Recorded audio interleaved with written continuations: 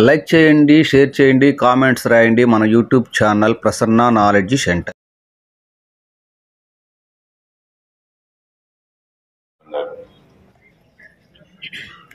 ఇక్కడికి వచ్చేసిన పెద్దలు అందరికీ కూడా ముందుగా నా యొక్క నమస్కారాలు. ఈరోజు జరిగిన ఈ కార్యక్రమంలో ముఖ్యమైనటువంటి అంశము ఒక జీవిత గాథ గురించి. అది స్వయంగా వారే రాయడం, దాన్ని ఈరోజు ఆవిష్కరించుకోవడం, దాని వెనుక ఉన్నటువంటి పలు అంశాలను సునీత గారి దగ్గర నుంచి ప్రతి ఒక్కరు కూడా ఇక్కడ విశదపరచడం జరిగింది. అయితే ఒకటి రెండు విషయాలు, అంటే ఇప్పటి వరకు మాట్లాడేది కాకుండా ఇంకా కొన్ని దానికి యాడ్ చేయాలి అని అనుకుంటే, మొట్టమొదటిది ఒక స్ఫూర్తి అనే విషయంలో ఇక ఏ రకమైనటువంటి సందేహము ఎవరికి ఉండేటువంటి అవకాశం లేదు.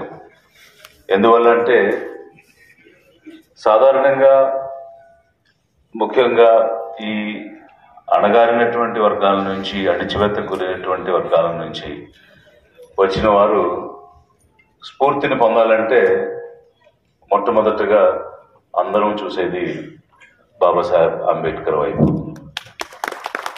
అంతకు మించినటువంటి స్ఫూర్తి ఈ జాతులకి ఈ దేశంలోనే కాదు, చాలా దేశాల్లో అంతకు మించిన స్ఫూర్తి అవసరం లేదనిపిస్తుంది. బట్ అలాంటి పరిస్థితిలో అలాంటి స్ఫూర్తితో ఒక వ్యక్తి ఎదిగి తానేమిటో గ్రహించి దానిని సాధించి ఒక ప్రతిస్ఫూర్తిని ఇవ్వడం అనేటువంటిది ఒక మాధవరావు గారి వల్ల అయింది. ఎందువల్లంటే ఒకసారి ఈ 1991లో అంబేద్కర్ సెంటనరీ సెలబ్రేషన్స్ జరుగుతున్నప్పుడు చాలా ఆర్టికల్స్ వచ్చాయి. సో ఆ సందర్భంలో జస్టిస్ విఆర్ కృష్ణ గారు ఒక ఆర్టికల్ రాస్తూ దానిలో ఒక మాట రాశారు. ఏమిటి అంటే, ప్రతిభ అనేది ఎవరి సొత్తు కాదు. సో ఈ 100 years ఆఫ్ అంబేద్కర్ సెంటనరీ మనం చేసుకుంటున్నాము. ఈ సందర్భంలో నాకు గుర్తొస్తున్నది ఏంటంటే, ఇదేదో తరతరాలుగా ఒక వర్గానిది లేక ఒక ప్రాంతానిది, ఒక జాతిది, వారికి మాత్రమే తెలివితేటలు ఉంటాయి, వారికే జ్ఞానం ఉంటుంది అని అనుకుంటూ ఉండడం, వాదించడం చాలా తప్పు. ఎందుకని అంటే, ఈ దేశంలో ఒక పురాణం కావాలనుకున్నప్పుడు రామాయణాన్ని రాసినటువంటి వాల్మీకి ఒక వెనుకబడినటువంటి జాతికి చెందినవాడు. అలాగే ఒక అతిపెద్ద పుస్తకమైనటువంటి భారతం రాసినటువంటి వ్యాసుడు మరొక వెనుకబడినటువంటి కులానికి చెందినవాడు. అలాంటి ఈ దేశంలో పరిపాలన కావాల్సి వచ్చింది. మీకు స్వతంత్రం ఇస్తే మీరు చట్టాన్ని చేసుకునే శక్తే మీకు లేదు, మీరు స్వతంత్రంగా ఎలా పరిపాలించుకోగలుగుతారని బ్రిటిష్ వారు అవమానించినటువంటి పరిస్థితిలో మాకు చేతనవుతుంది, మేము కూడా ఒక చట్టాన్ని తయారు చేసుకోగలం అనేటువంటి ఒక స్వగౌరవాన్ని, స్వాభిమానాన్ని ఈ దేశానికి నిలబెట్టడానికి రాజ్యాంగాన్ని రచించింది డాక్టర్ అంబేద్కర్. వీరందరికీ ఆ ప్రతిభ ఉన్నప్పుడు, ఒక వెనుకబడిన వాడికి, ఒక బెస్తవాడికి, ఒక అణిచివేతకు గురైన వాడికి ప్రతిభ ఉన్నప్పుడు ఈ ప్రతిభ ఒకరికే చెందుతుంది, ఒక జాతికే చెందుతుంది, ఒక మతానికే చెందుతుందని ఎలా చెప్పగలుగుతామని వారు రాశారు. అది నాకు ఈ సందర్భంగా ఎందుకు గుర్తొచ్చింది అని అంటే, ఒక పాలేరుకి పుడితే పొలంలో కూలి పని చేసుకునే అక్షర జ్ఞానం లేని ఒక వ్యక్తికి పుడితే అతనికి ప్రతిభ ఉండదా? అతనికి ప్రతిభ అనేది ఒక మెరిట్ అనేది చేత కాదా? కుమ్మరికి పుట్టినవాడు కుమ్మరిగానే ఉండాలి, కంసాలికి పుట్టినవాడు కంసాలిగానే ఉండాలి, మంత్రాలు చెప్పేవాడు మంత్రాలే చెప్పాలి, ఇంకొకడు వచ్చి ఆ పూజలు చేయకూడదు, ఇంకొకడు వచ్చి ఆ మంత్రాలు చదవకూడదు. ఎందుకు అని అంటే గత జన్మ కర్మను బట్టి ఈ జన్మ అనేటువంటిది ఉంటుంది. కాబట్టి ఏ కులంలో పుట్టినవాడు ఆ కులము ఆ వృత్తే చేయాలి అని ఒక సిద్ధాంతాన్ని బోధించినటువంటి సమాజము దేశము ఇది. సో అలాంటి దేశంలో అంబేద్కర్ ప్రశ్నించాడు, ఈ కర్మ సిద్ధాంతం అనేటువంటిది ఏమిటి? అసలు మతం అనేది మన యొక్క భవిష్యత్తు నిర్ణయించేది కాదు.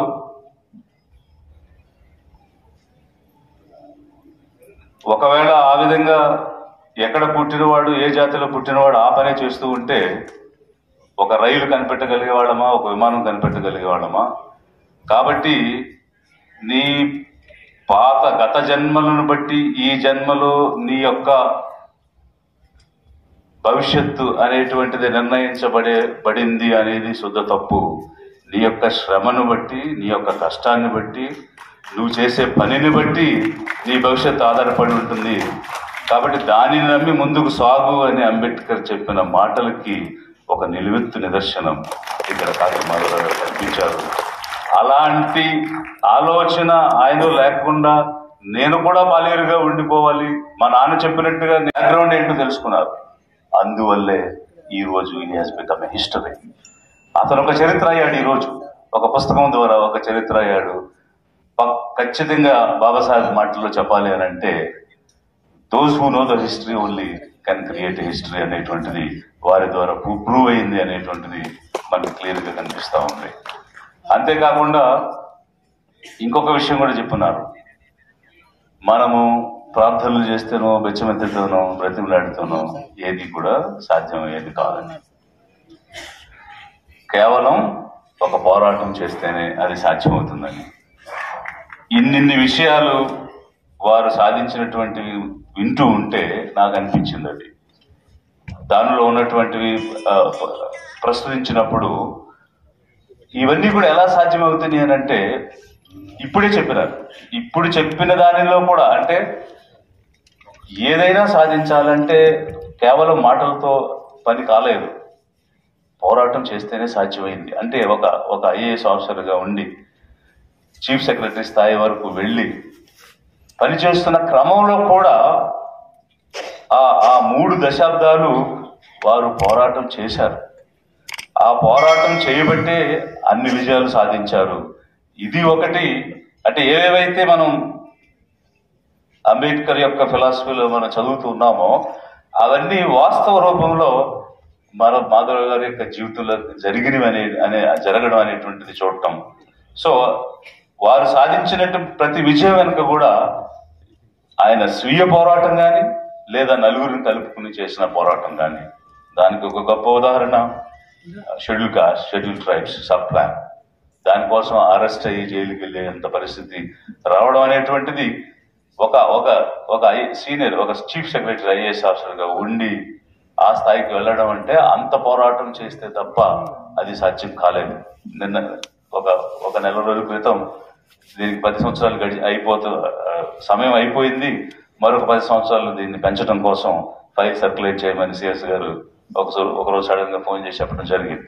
సో అప్పుడు ఈ సప్లాన్ ని సోషల్ వెల్ఫేర్ డిపార్ట్మెంట్ సెక్రటరీ అది సర్క్యులేట్ చేయాలని నేను అంటే ప్లానింగ్ లో planning is nodal agency, apex agency, but act తెచ్చింది వెల్ఫేర్ డిపార్ట్మెంట్ నుంచి అని వారికి చెప్పడం జరిగింది. సో అది 2 రోజుల క్రితం ఆర్డినెన్స్ కూడా రావడం మీ అందరికి కూడా తెలుసు. సో అదొక సందర్భం. వారు తీసుకొచ్చినటువంటి యాక్ట్ ఆ సమయం అయిపోయిన తర్వాత మళ్ళీ 10 సంవత్సరాలు పొడిగించడం ఈ సమయంలోనే జరగడం, అది కూడా వారికి ఒక ఫెదర్ ఇన్ ఏ క్యాప్ అన్నట్టుగా ఈ సమయంలో జరిగినటువంటి అంశం అది. సో అలా ఒక పోరాటం అనేటువంటిది ప్రతి స్థాయిలోనూ జరిగింది. అంటే ఇవన్నీ కూడా నేను ఎందుకు ఈ సమయంలో ఎత్తి చూపిస్తున్నానంటే అట్లా చేస్తేనే ఏదైనా కూడా సాధ్యమవుతుంది. ఏదైనా కోల్పోయిందైనా, రావాల్సిందైనా, ఎంటైటిల్మెంట్ అయినా అది ఒక పోరాటంతోనే సాధ్యమవుతుందని అంబేద్కర్ చెప్పారు. వారు ఆచరణలో చేసి చూపించారు. ఇవన్నీ ఒక ఎత్తు అయితే, అంటే వారికి వరంగల్లో ఉన్నప్పుడు అక్కడ ఉన్నటువంటి ట్రైబల్స్తో పనిచేస్తున్నప్పుడు అడవుల్లోకి, ఆ ట్రైబల్ హ్యాబిటేషన్స్లోకి వెళ్ళిపోయి వాళ్ళతో మమేకమై ఉన్నప్పుడు అక్కడ ఉన్నటువంటి సందర్భం, ఇందాక డాక్టర్ రమేష్ గారు నక్సలైట్ కలెక్టర్ అనేటువంటి పదాన్ని వాడడం, ఆ సందర్భంలో ఎవరైనా సరే అంత ధైర్యంగా ముందుకు వెళ్ళి పనిచేస్తే ఏ ప్రభుత్వం కూడా కొనసాగనివ్వదు. అలాంటి సిచ్యువేషన్స్, అంటే అది చూసినప్పుడు నాకు కూడా ఆ రకమైనటువంటి అనురాధ గారు చెప్పినటువంటి ఆ రెజనెన్స్ అనేవి ఉన్నాయి.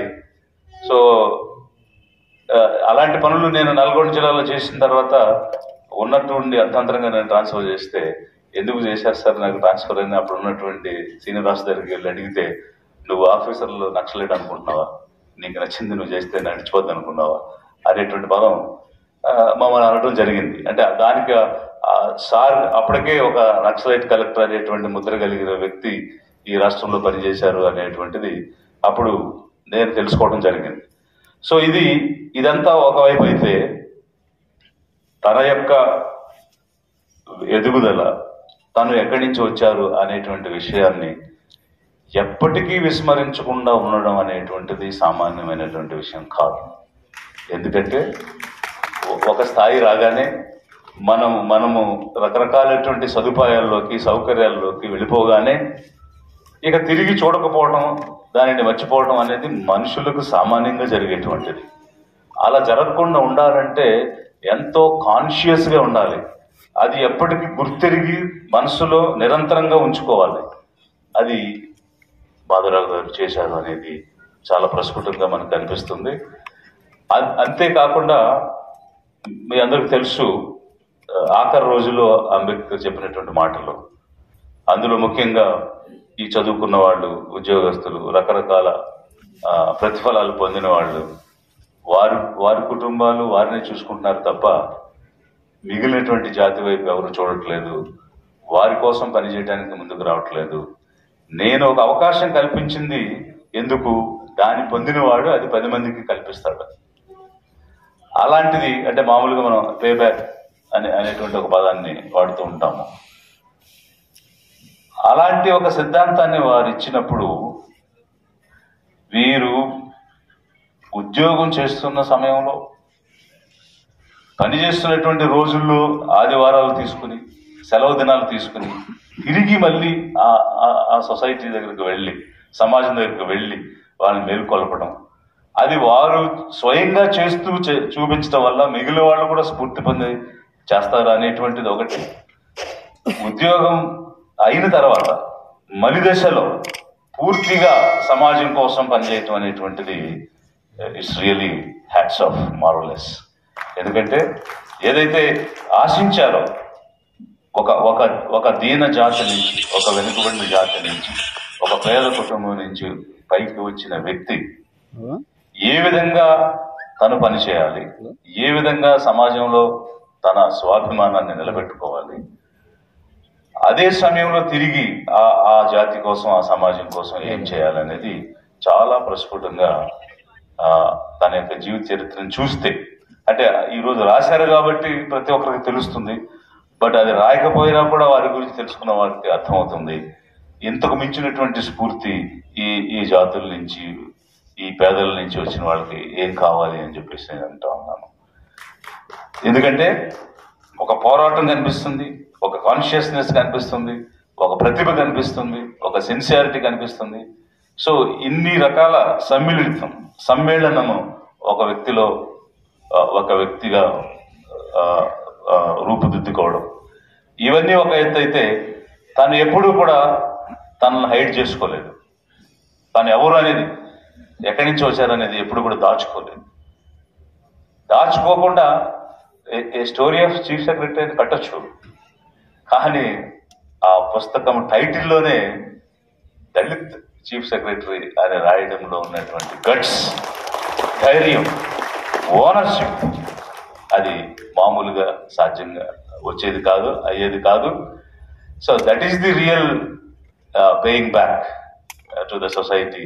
ఎందుకనంటే తద్వారా the real spirit, the inspiration రాబోయేటువంటి తరాలకి ఇప్పుడు వారి యొక్క జీవితాన్ని, జీవన గమనాన్ని, వారు చేసిన పనుల్ని చూసి ఏంటి మనం చేసేది, వారికి ఏ థ్యాంక్ యూ అని ఒక మాట చెప్తేనో, చాలా బాగా చేశారని ఒక అప్రిషియేషన్ చేస్తేనో అది కాదు, సరిపోదు.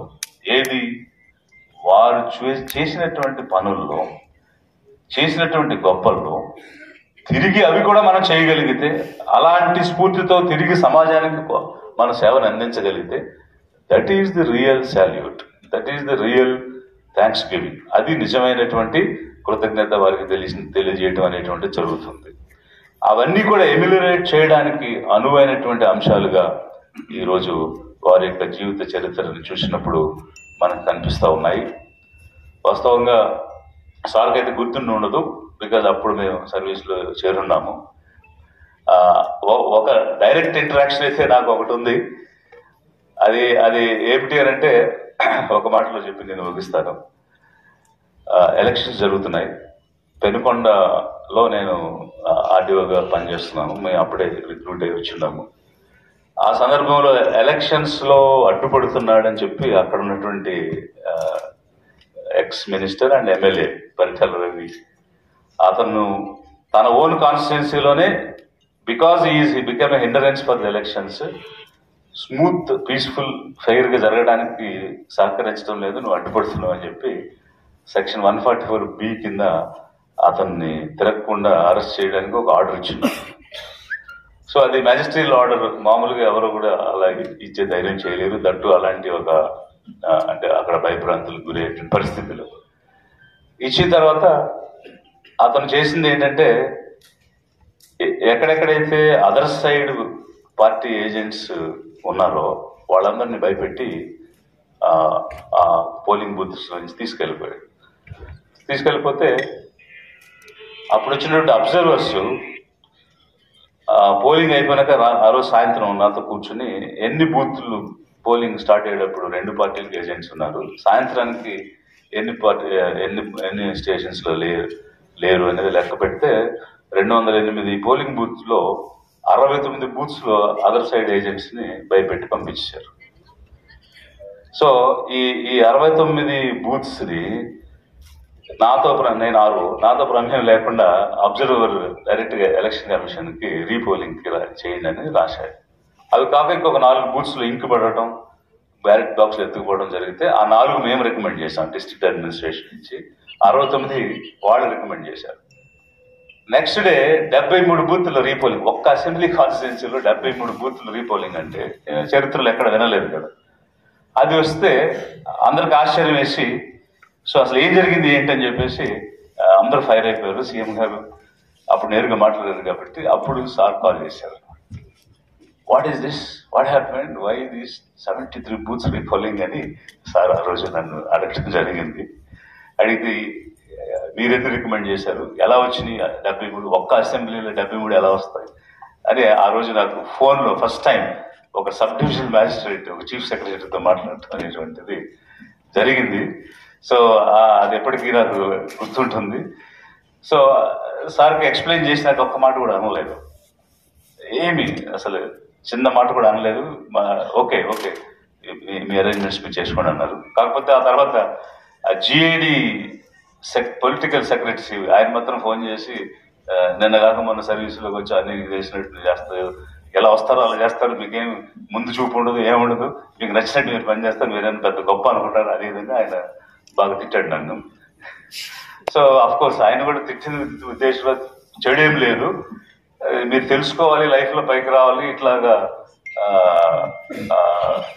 ఉంటే ఇబ్బంది పడతారు అనేటువంటి ఒక కోణంలో వారు మాట్లాడటం జరిగింది. సో ఇది సందర్భం కాకపోయినా సార్తో ఉన్నటువంటి అనుభవం పంచుకునేటువంటి ఒక క్షణం కాబట్టి ఈ రోజు అది చెప్పడం జరిగింది.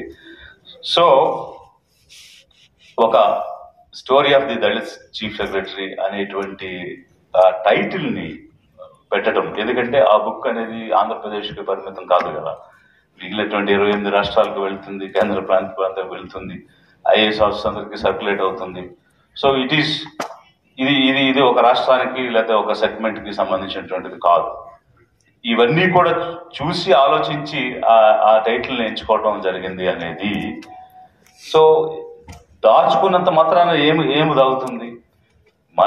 మనలో నిజాయితీ ఉన్నంత వరకు ధైర్యంగా ఏదైనా కూడా చేయవచ్చు, సాధ్యం చేసుకోవచ్చు అనేటువంటిది వారి జీవితం ద్వారా క్లియర్ గా మనందరికీ కూడా ఒక సందేశాన్ని ఇచ్చారు. సో ఈ సందేశం ద్వారా సర్వీస్ లో ఉన్నవాడనే కాదు, అన్ని రకాల సెక్షన్స్ కి కూడా ఉపయోగపడేటువంటి ఒక స్ఫూర్తిదాయకమైనటువంటి ఆ జీవిత గాథ. దానిని తిరిగి ప్రతి ఒక్కరూ అవలంబించడంలో ఉపయోగించుకోగలిగితే అంతకు మించినటువంటి సార్థకత మరొకటి ఉండదని చెప్పేసి తెలియజేస్తూ ఈ చక్కని అవకాశం నాకు కల్పించినందుకు సార్కి, ఆర్గనైజర్స్ కి ధన్యవాదాలు తెలుపుతూ సెలవు తీసుకుంటున్నాను. Thank you very much. I request Dr. Arkavi Garu